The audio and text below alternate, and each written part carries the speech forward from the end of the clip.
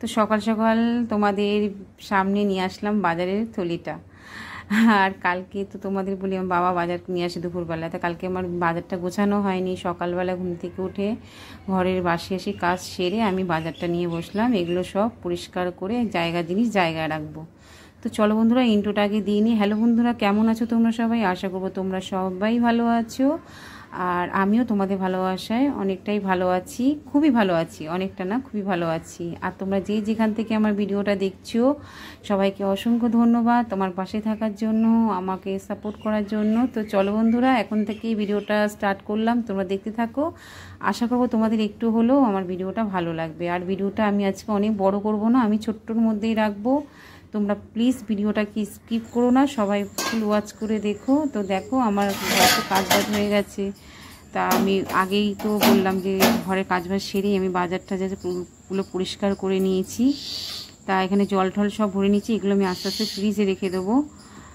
আর এই যে এমনি বেসিং বলো টাইলস বলো এগুলো আমি পরিষ্কার করে নিয়েছি। প্রতিদিন পরিষ্কার হয় না জানো তো, তাই মাঝে এক সময় তেল খুব চিটচিট করলে তখন আমি পরিষ্কার করে নিই।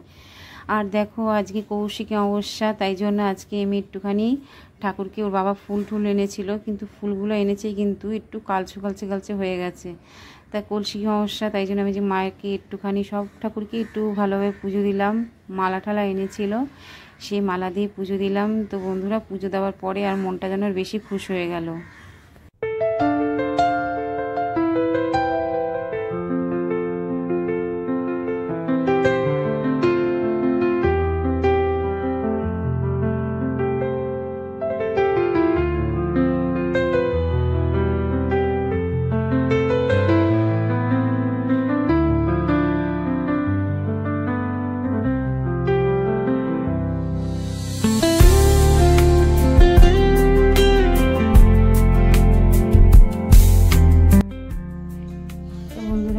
দেখো এই মালগুলো এখন বসে হলো, এখন এই লোকটা আসতে মাল নিয়ে যাবে।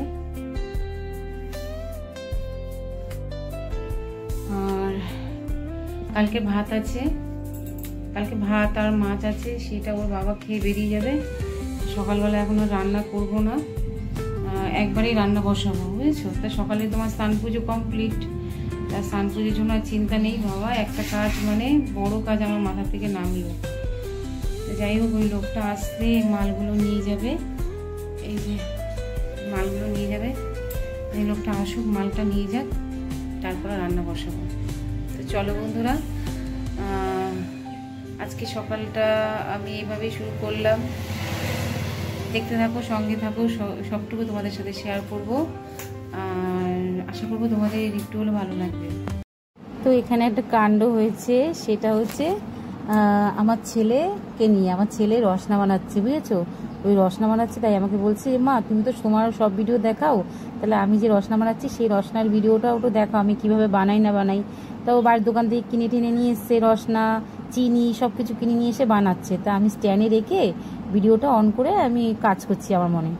ওমা স্ট্যান্ডে বলে হয়ে গেছে, এবার স্ট্যান্ডটা যখন আমি নিয়েছি দেখি ফোনটা অটোমেটিক সুইচ অফ হয়ে গেছে। আর সে কি আমাকে বলছে তুমি দেখো নি কেন, আমি রসনা এতদিন পরে রসনা বানাচ্ছি, আমাকে কেউ একটু ভিডিও করলে না। এই হচ্ছে রগর বুঝেছো। তো চলো বন্ধুরা এই হচ্ছে এই এতক্ষণ ধরে এই কীর্তন করলাম। আর এদিকে আমার রান্নাও হয়ে গেছে, আমি করেছি ভাত, এখানে করেছি টক ডাল, আর এখানে হয়েছে কচুর শাক, আজকে করেছি অনেকদিন বাদে কচুর শাক করেছি। আর এই কচুর শাকটা খেতে আমার বর খুব ভালোবাসে। আর হয়েছে ফুলকপি দিয়ে তরকারি, সকালবেলা যে দেখালাম তোমাদের বাজার এসতে, ফুলকপি দিয়ে আলু দিয়ে রসা করেছি, আর করেছি ডিমের ঝোল।